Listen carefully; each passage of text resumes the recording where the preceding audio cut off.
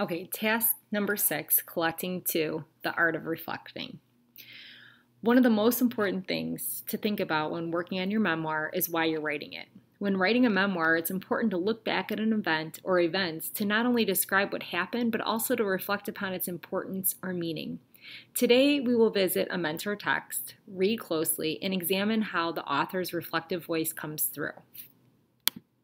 In Jerry Spinelli's book, Knots in My Yo-Yo String, he writes about memories he has about his younger brother.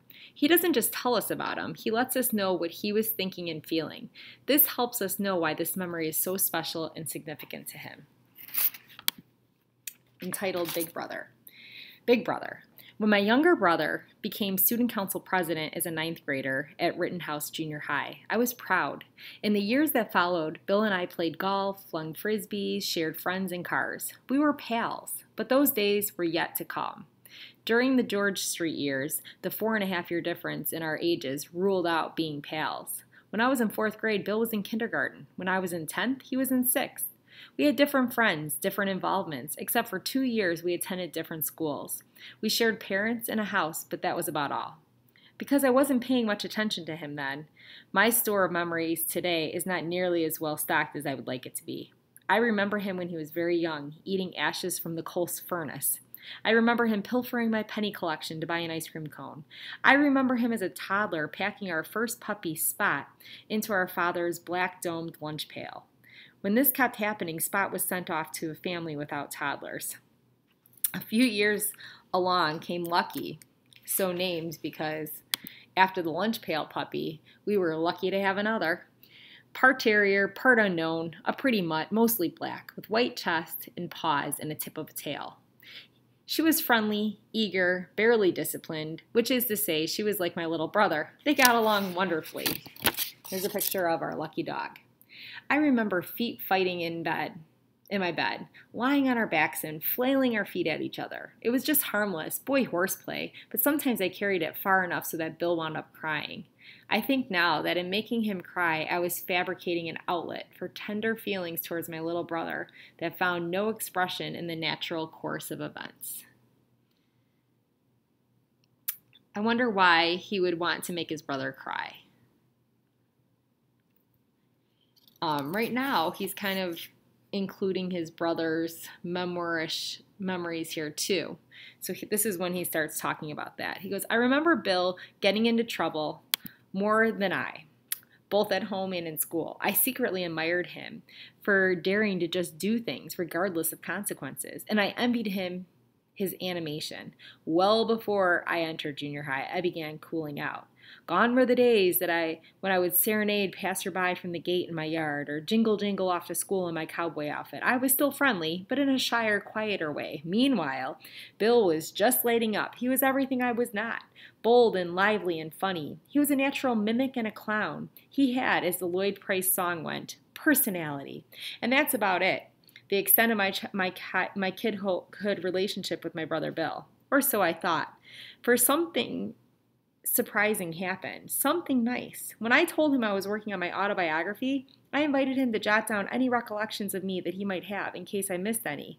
Several weeks later, he handed me a list of memorable moments. I read it over. I was stunned. I hardly recalled any of them. He remembers his own hurt feelings when I wouldn't let him ride my bicycle. He remembers as a preschooler how impressed he was that I could read cereal boxes. He remembers how angry I got when he raided my closet for shirts and when he tangled the strings of my Howdy Doody puppet. So his brother's memories, he likes them better than his own when he's talking about them. This is a very sophisticated way of doing a memoir, and the 2 points of view bring a richness to the story because we're not only seeing his view, but we're also seeing his brother's view. He remembers fearing for me when Raymond Chelani beamed me with a pitch during a knee-high baseball game, and when the same Raymond Chelani, knowing I could not swim, tipped me in my straight clothes into the deep end of the pool at the Valley Forge Swim Club. Raymond was not always so hard on me. In fact, he was one of my best friends. He remembers an episode which at the time he considered positively historic. I was in the 5th grade at Hartenhurd Elementary. Bill was in 1st. Normally we walked the 3 blocks home for lunch, but on this particular day, Our mother had to be somewhere else, so she gave me money and told me to take my brother somewhere to eat. We met at noon. We went to a luncheonette a block away. We ordered our lunch, and for a little while, Billy Spinelli felt as big as anyone in that place. He was having lunch in a restaurant, not a parent or a teacher in sight, off into the world with his big brother. On the way back to school, we were chased by bees.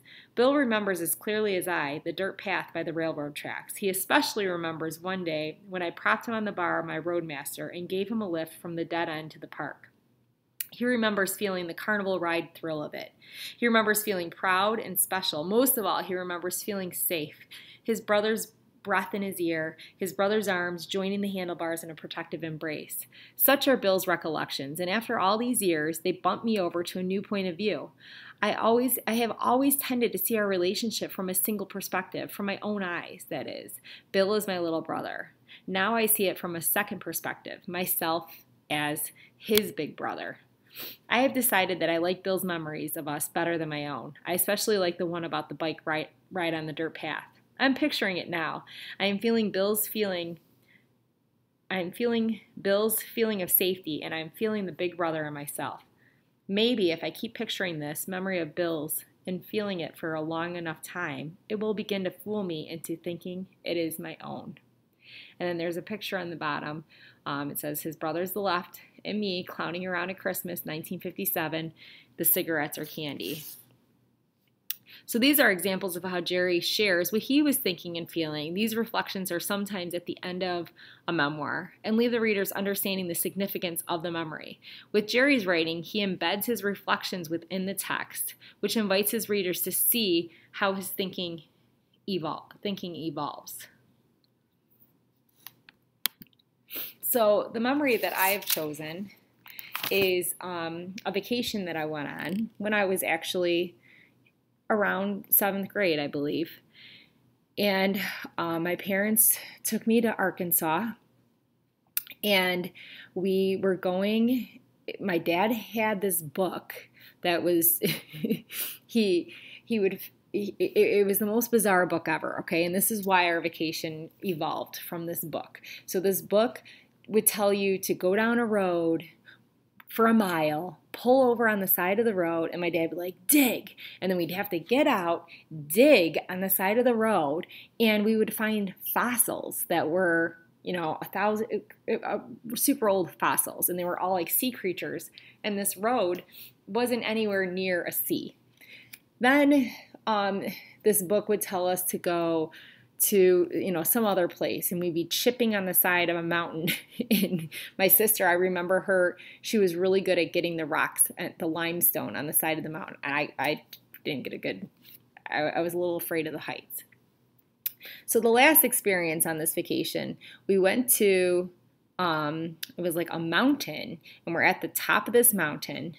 And while we were up there, we were looking for quartz. We were digging for quartz. And so if you don't know what quartz is, this is actually some pictures of the quartz that we got from the vacation.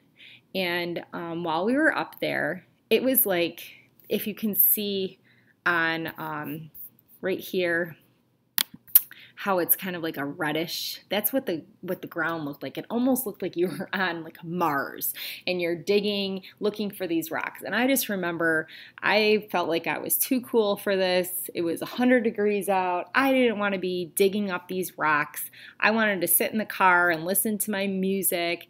And I kind of had like a bad attitude about the whole thing.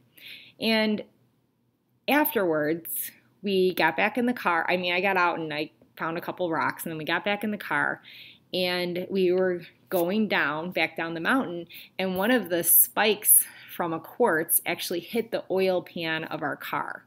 And so we are now stranded on the top of the mountain. And, it's me, my sister, who's a year and a half younger than me, and my mom and dad. So, I mean, you're on a mountain. What are you going to do? This is before cell phones, so it's not like we could call somebody. So we started walking down the mountain on the road. So we're walking down the road, and as we're walking, I mean, it was like out of a movie. First, I think my sister got stung by a bee. So she's screaming. She got stung by a bee. Then my mom gets stung by a bee. Then I'm getting stung. The bee is in my hair. I got stung in the head. And I remember I'm like screaming, and my dad would not help me until he knew that the bee had stung me. Because as you know, once bees sting, they lose the stinger, so they're not able to sting again. So my dad wouldn't help me until this bee stung me. So then he helped me get it out of my hair. So now I'm stung. I think my dad got stung in his hand. I mean, all 4 of us got stung. Then as we're walking down some more, there is a pack of wild dogs. Okay. As you know, I'm afraid of dogs.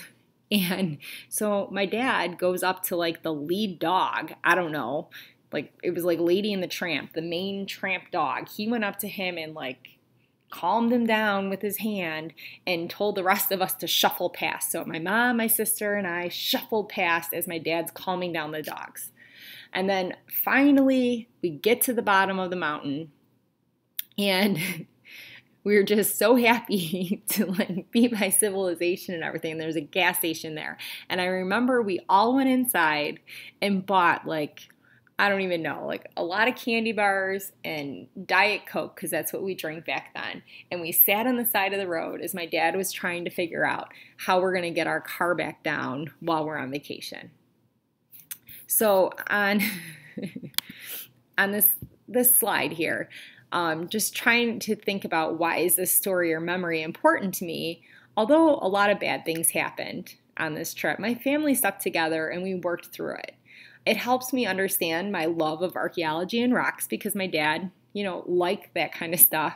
And I mean, how many times can you go on a vacation like this? I didn't appreciate it at the time. I thought it was, I was too cool. I didn't really want to be involved. I wanted to listen to my music and do other things. But when I think back, my family went on some really cool vacations, and I would have to say this one was my favorite. Even though there were like so many bad things that happened, it's just like, it's a crazy thing. You wouldn't believe that it was happening to you, as it was going on. I felt like I was in a movie or something. It also shows the importance of living in the moment. I shouldn't have been so sulky and mad that we were there. I should be appreciating my parents, taking me on this vacation. And it also sheds some more light on my fear of dogs because there were the dogs. And thankfully, none of them did attack or anything, and we were able to get away, but still. So when I think about like what happened and what I thought or felt or wondered, so the bee stung me, and I'm thinking, why won't my dad get this off of me? Because he's waiting for to confirmation that it had actually stung me. What happened? The car was stuck at the top of the mountain, and I'm thinking, how on earth are we going to get down from here? Do they even get tow trucks up mountains? Like, how does this work? What happened? There was a pack of wild dogs, and I'm wondering, are they going to attack us? And the last is we got to the bottom of the mountain, and what happened? We celebrated at the gas station. So when you're thinking about your memory, you want to think about how it is significant to your life and why is this memory even significant to talk about. So you're going to focus on why the story or memory that you chose to write your memoir about. You want to work on your feelings and reflections about this time in your life. And these personal reflections are going to help convey to your readers why this memory is so important to you.